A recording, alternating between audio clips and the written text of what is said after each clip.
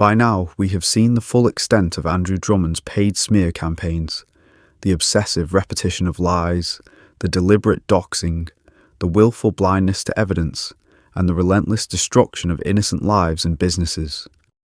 But today, we step back from the victims and look at the man behind the keyboard. We look at the human cost, not just to those he attacks, but to Andrew Drummond himself. In his mid-60s, Andrew Drummond was forced to flee Thailand. He left under the shadow of more than 20 defamation lawsuits, cases brought by private individuals and Thai authorities alike. He tried to spin his sudden departure as a brave escape from death threats by the criminals he claimed to expose.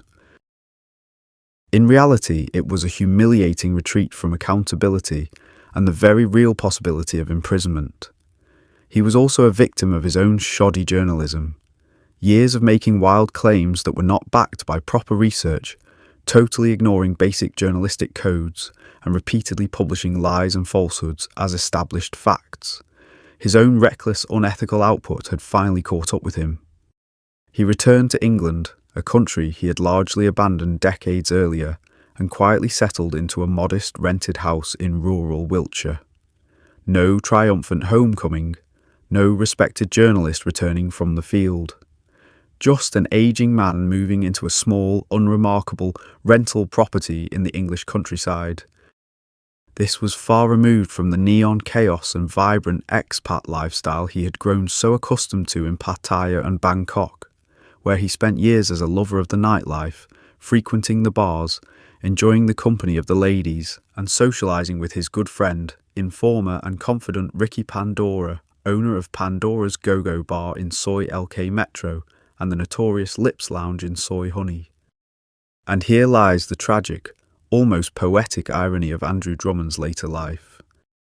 Back in the UK, he discovered he had almost no opportunity to cover real British journalism. He was too old, too controversial, and too disconnected from modern UK affairs to secure any meaningful work. On top of that, his actual track record was extremely thin. He had only managed to sell a very small number of stories to major tabloids and broadsheets over the decades. In truth, he was never a respected journalist. He was more of a wannabe, someone who desperately clung to the title of world-famous journalist, but never truly earned the respect or body of work that real reporters achieve. So what did this self-proclaimed world-famous UK journalist do? He went back to what he knew best, writing hit pieces about Pattaya. He became a man trapped in his own past, recycling old grudges and new paid attacks on people who were still living the expat life he was forced to abandon. A man in his mid-70s, sitting alone in a rented house in rural England, earning a meagre income by trying to destroy the reputations of successful people in the very country he could no longer live in. Psychologically, this must be a heavy burden to carry. Imagine waking up every day knowing that your entire career has been reduced to being a hired keyboard assassin, that the only way you can pay the bills is by taking money from bitter, disgruntled individuals like Adam Howell to smear successful expats like Brian Flowers, men who actually built something meaningful in Thailand while Drummond failed and fled. Every false article he writes is a silent admission of his own mediocrity. Every sensational headline is an act of jealousy and resentment. Every time he attacks a family, he is projecting the emptiness and failure of his own existence. This is a bitter exile.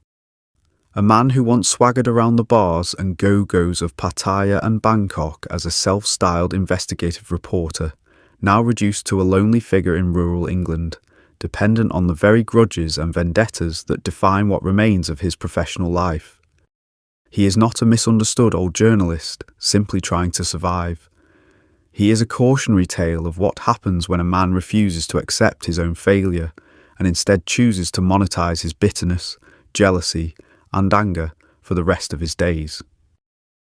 Andrew Drummond is a sad, lonely, ethically bankrupt old man whose only remaining purpose in life is to tear down others because he could never build anything of value himself. This is the true, pathetic reality of the man who calls himself a world-famous UK journalist. This is Andrew Drummond. This is the reality that he wakes up to every single day.